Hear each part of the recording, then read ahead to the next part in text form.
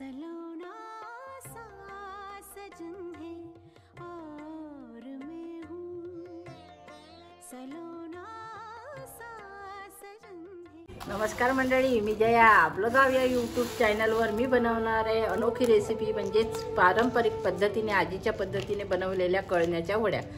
त्यासाठी मी घेतल्या 1 किलो मूग व त्याला मी आता निवडून घेतले आहे, स्वच्छ करून घेतले आहे. त्याला आता जात्यावर मी भरडणार आहे.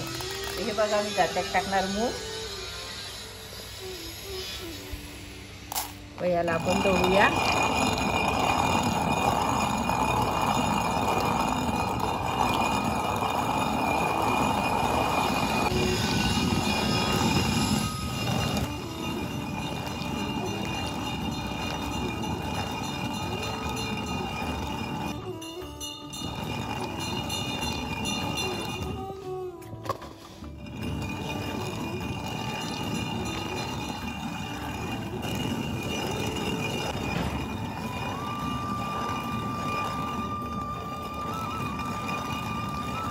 जाडसरच आपल्याला दळून घ्यायचं आहे व याला हे दळून झाल्यावर आपल्याला 1 तास याला पाण्यात भिजवायचं आहे. तर चला पुढील कृतीकडे वळूया. हे बघा, आपला कळणा छान बारीक झालाय. यात आपण टाकूया पाणी आता व याला भिजत ठेवायचं आपल्याला. हे बघा,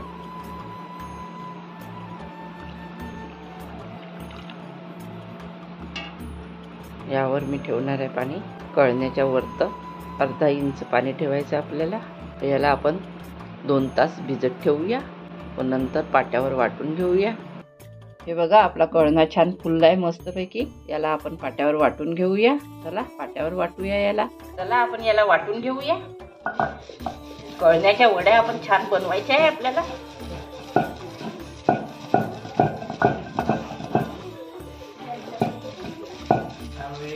बारीक असं वाटायचं आहे. या वड्याची टेस्ट फार छान लागते. ही पारंपरिक पद्धतीने बनवल्या जात आहे.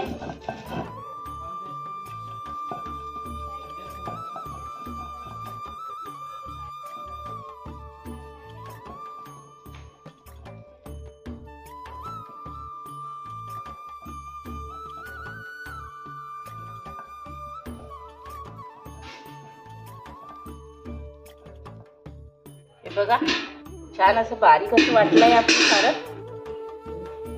याच्या वड्या टाकायच्या आपल्याला. पूर्ण वाटून घेऊया, नंतर वड्या टाकूया.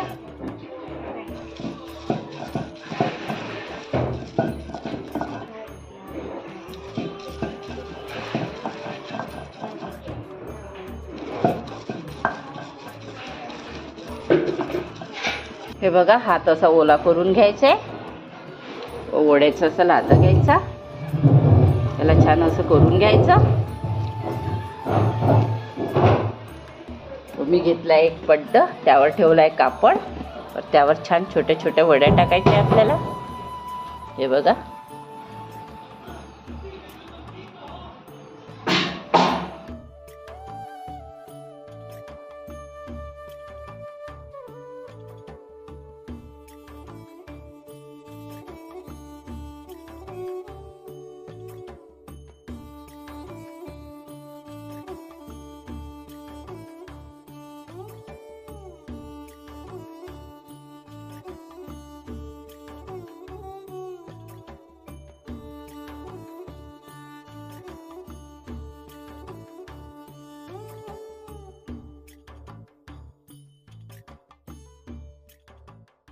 याच प्रकारे आपण सर्व वड्या करून घेऊया आता.